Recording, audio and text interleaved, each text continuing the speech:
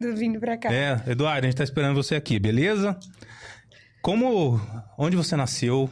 Quem é a Lígia? Qual que é a trajetória dela? Nasceu em Sertãozinho? Conta pra gente um pouquinho. Bom, eu nasci em Sertãozinho. Eu olho pra cá ou pra cá? Fica à vontade. Aqui é um bate-papo. Eu tô perdida. Normalmente a gente só olha direto pra câmera quando quer passar uma mensagem pro público, direto pro público. Ignora Como é um bate-papo aqui, faz de conta que eles não estão vendo. Ignora aquele povo lá e é nós aqui. Quiser, daqui um pouquinho a gente pega uma cerveja aqui e a gente vai ficar bem à vontade. Ai, olha, eu tô de jejum intermitente. Eita, então não dá. Eu vou falar dessa parte aí também. Bom, meu nome é Lígia, eu tenho 26 anos. Eu nasci em Sertãozinho, né, aqui ao lado de Ribeirão. Eu iniciei minha trajetória profissional aos 13 anos, como vocês já me perguntaram. Eu nunca imaginei que eu seria uma empreendedora, menos ainda uma jovem advogada. Na verdade, nada do que está acontecendo hoje foi premeditado por mim, né? Eu sempre fui criada, né? Nasci numa família de classe média baixa, então eu sempre tive vontade de ter coisas que na maior parte das vezes eu não conseguia. Tinha aquilo que muitas pessoas gostariam, que era estrutura familiar forte, né? Minha família, legal. Não tenho o que falar deles, minha mãe, meu pai, sensacionais. Só que em questão financeira, pode ser não. Nós já passamos algum tipo de dificuldade que acabou me fazendo ter, como assim? Me fizeram ter essa iniciativa de caminhar com minhas próprias pernas para conseguir aquilo que eu gostaria. É filha única? Não, eu tenho uma irmã. Uma irmã? Uma irmã mais nova, né? E aí eu comecei com 13 anos, quando eu tive muita vontade de comprar um secador de cabelo, né? Eu falo que as meninas iniciam mais cedo com essa questão de beleza, e era uma vontade minha mesmo, comprar um secador, e eu não tinha condições. E aí, meus pais são evangélicos, tinha uma irmã da igreja que vendia bolacha em pacote, sabe? Daqueles que ela andava com o carro dela vendendo. E algumas pessoas revendiam esses pacotes de bolacha. E aí eu acabei tendo uma ideia. Eu falei, olha, eu acho que eu vou perguntar pra ela como que eu faço pra revender essas bolachas, porque talvez eu consiga ganhar um dinheiro e consiga, sei lá, comprar meu secador de cabelo, né? E foi o que eu fiz. E eu sempre fui uma pessoa meio que... Isso é um problema também, de independente. Eu nem perguntei pra minha mãe, tava eu pegando as bolachas, pegando responsabilidade já de vender as coisas. Aí eu peguei, vendi todas as bolachas, bati de porta em porta na minha rua, no bairro. E aí foi a primeira vez que eu senti que tudo depende da gente. Se eu tiver um esforço um pouco além ou diferente, possa ser que eu consiga aquilo que eu desejo. Isso em Sertãozinho? Isso em Sertãozinho. Ah, sim. E aí, desde então, eu comecei a vender coisas. Eu pegava minha bicicleta, ia no centro da cidade, naquelas lojas de xing-ling. Pegava e comprava bijuteria de R$2 e vendia R$15. Olha só, os clientes deram uma hora dessa. Você comprou a minha bijuteria pra me ajudar, mas eu paguei R$1 na época. Quer que eu dê uma ajuda aqui? Não, isso não é o dela, não. Não, pode continuar. Vai continuar. A gente ajeita, vai falando. Resolve isso aqui, eu vou passar debaixo da câmera, ninguém vai ver, ó. Isso, pronto. Pode continuar. Pode continuar. Faz de conta que não estou aqui. Tudo bem. Sou sombra. E aí, eu comecei a ter gosto por ganhar dinheiro, por conquistar coisas, né? Trabalhar desde cedo. Trabalhar desde cedo. O que hoje em dia é praticamente proibido, mas beleza. Basicamente, né? E meus pais, eles de fato, eles apoiaram, porque eles viram que aquilo estava dando certo, né? E isso começou a se tornar um hábito. Logo em seguida, eu vendia maquiagem, trabalhei como babá também aos 15 anos, do meu primo, que hoje tem 3 metros de altura. Eu olho e falo, meu Deus. Esse tipo de coisa que eu comecei fazendo, né? Depois eu entrei, com 15 anos, eu entrei no meu primeiro emprego, de 15, 16, numa loja, uma boutique da cidade, que me ensinou muito.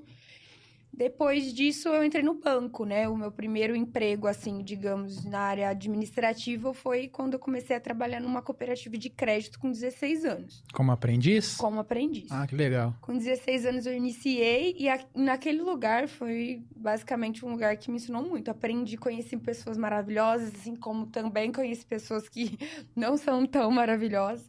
E foi dali que eu comecei a descobrir talvez a maldade do mundo, coisas que eu não tinha muita noção, só sendo vendedora de bolacha e bijuteria para comprar um secador. Porque era só você, né? Quando você Porque entrou no era mundo só eu. corporativo, já Exatamente. mudou. É outra coisa. E essa questão do atendimento ao público, a comunicação comercial, sempre foi uma coisa que eu sempre gostei muito. Eu, como atendente de caixa eletrônico com 16 anos, eu abri a porta para todas as pessoas. Eu tenho certeza que tem pessoas que são dessa época. Ronaldo, você deve estar ouvindo, que você disse que ia assistir. Que ele é dessa época e que sabem disso, que eu abri a porta para todo mundo, sempre na maior gratidão de estar ali. Porque, para mim, sair de onde eu saí para trabalhar em um banco tão novo, aquilo ali era uma oportunidade. E eu sempre aproveitei muito bem as minhas oportunidades. E com 3, 4 meses já estava lá dentro, fiquei responsável uma época por setor de cartões, antes mesmo de completar 18 anos. Enfim, começou ali, né? Depois, gente, eu trabalhei em tantos lugares. Parece que eu tenho 45 anos. Se eu vou contar, eu trabalhei em muitos lugares. Enfim, eu vou dar uma resumida aí até o momento em que eu trabalho com isso hoje. Tudo bem. Depois, basicamente, eu comecei estágio com o presidente da OAB, o Dr. Ivan, né? Como estágio criminal, onde eu conheci um pouco da parte jurídica do direito criminal. Só que eu somente fiz direito porque, na época, para eu continuar trabalhando no banco, eu precisava fazer uma faculdade que fosse ou contabilidade, economia ou direito. E eu, péssima matemática, eu falei, direito, né? Não tem conta. É a primeira coisa que as pessoas falam, mas tem um pouco de conta, sim, mas bem pouquinho. E aí eu comecei justamente para se manter dentro do banco, que é um lugar que eu nem continuei trabalhando, né? Só que hoje eu sou exatamente o que eu sou, que eu trabalho com o que eu trabalho justamente por ter escolhido essa área. Aí eu fui, comecei o direito, mas a minha intenção depois que eu saí do banco não era ser advogada, né? Eu queria ser delegada. Falei, eu acho super legal essa área. Tiro, eu sempre achei muito legal, mesmo no que eu não tinha, no começo da faculdade, vivência com tiro esportivo nem nada. Eu achava super legal, tipo, Lara Croft, Mulher Armada, sempre achei uma coisa super legal, empoderado, mulher com uma arma, assim. Fora que, né, a questão da autodefesa eu sempre achei muito interessante também. E aí, depois que eu comecei a trabalhar como assistente, né, estagiária do presidente da ordem, eu comecei a me interessar um pouco pela área jurídica e talvez me desmembrar um pouco desse sonho de ser delegada. Até porque eu ficava, nossa, meu Deus. Eu sempre fui muito corajosa, só que eu falava assim, meu Deus, eu vou morrer lá, eu sou muito doida. A minha cara é entrar em um lugar assim, achar que eu sou e pá, levar um tiro na cara. Não vou. Não, eu preciso trabalhar com algo que seja. Caramba. É minha cara, eu sou meio doida. Mas tem que ter vocação mesmo, trabalhar com polícia, nessas coisas assim, né? Tem muito risco. Tem que ser uma pessoa super segura, assim, tranquila, ao mesmo tempo porra louca. Aí eu sou só essa parte, assim, então... Qual? Do seguro ou do porra louca? louca? Eu falei, a minha cara já, primeira vez, tipo, chegar lá e já... Enfim. Mas eu discordo, você é segura também. Eu sou. Pra trabalhar com o que você trabalha... Não, com certeza. Então... Mas eu falo numa ação, operação, não sei. Na época era o que eu pensava. Hoje... Eu fui tentar caçar uma vez e eu acabei caçada. Depois eu vou contar essa história. Então, eu acho que anota. Caçar. Então, acabou se tornando um caminho natural pra você ir pra essa área mais jurídica mesmo, né? E eu comecei a frequentar estandes de tiro e comecei a ver uma necessidade muito grande de pessoas que tinham um atendimento interessante. Porque hoje mudou muito, mas na época não tinham muitas pessoas que faziam isso. E as que tinham eram como se o cliente fosse uma obrigação, não como se ele fosse uma honra estar lá. Porque eu sempre gostei de tratar a pessoa como muito obrigada por você estar aqui, né? muito obrigada por confiar no meu trabalho, muito obrigada por ter me escolhido, né, como a sua advogada e tudo mais. Por quê? Porque nós precisamos do cliente. Sim. E eu via muito esse meio dominado por pessoas soberbas que achavam que o cliente era ele precisava deles, na verdade, não é assim que funciona, né? É um jogo que deveria ser de mão dupla. Sim, verdade. E eu falei, nossa, isso aqui é uma coisa interessante para começar a trabalhar, e comecei a estudar um pouco sobre a legislação armamentista. Como é uma questão muito difícil no Brasil, porque Estatuto do Desarmamento, né? Lei 10.826. Ela é regulamentada por portaria, por decreto, então tá sempre mudando. Sim. E aí, nessa época, foi quando o presidente Jair Bolsonaro ganhou a eleição, foi um pouco antes, mas já estava sendo encaminhado aí que as coisas iriam mudar.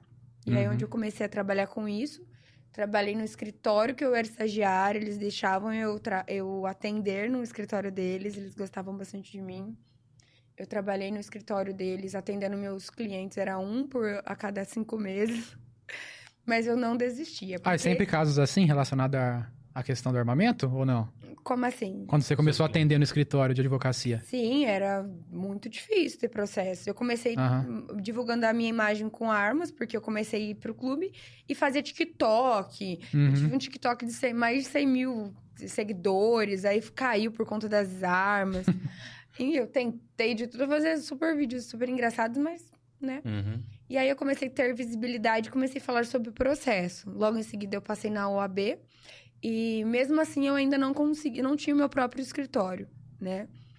Foi onde eu pegar... os processos antes também eram físicos, eu tinha que ir para São Paulo.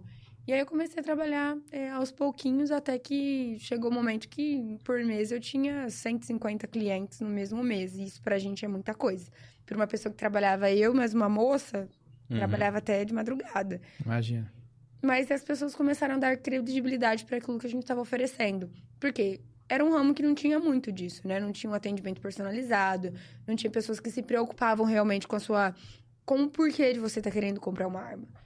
Que a maior parte das pessoas, eu quero uma arma porque eu quero atirar desportivamente. Mas e aquela pessoa que sonha em ter um armamento desde criança, que não tinha condições, que acabou tendo agora e que a gente está tratando do sonho dela? Então, eu acabei identificando essas pessoas como uma prioridade também.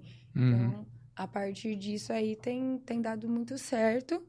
E é algo que eu gosto muito de fazer.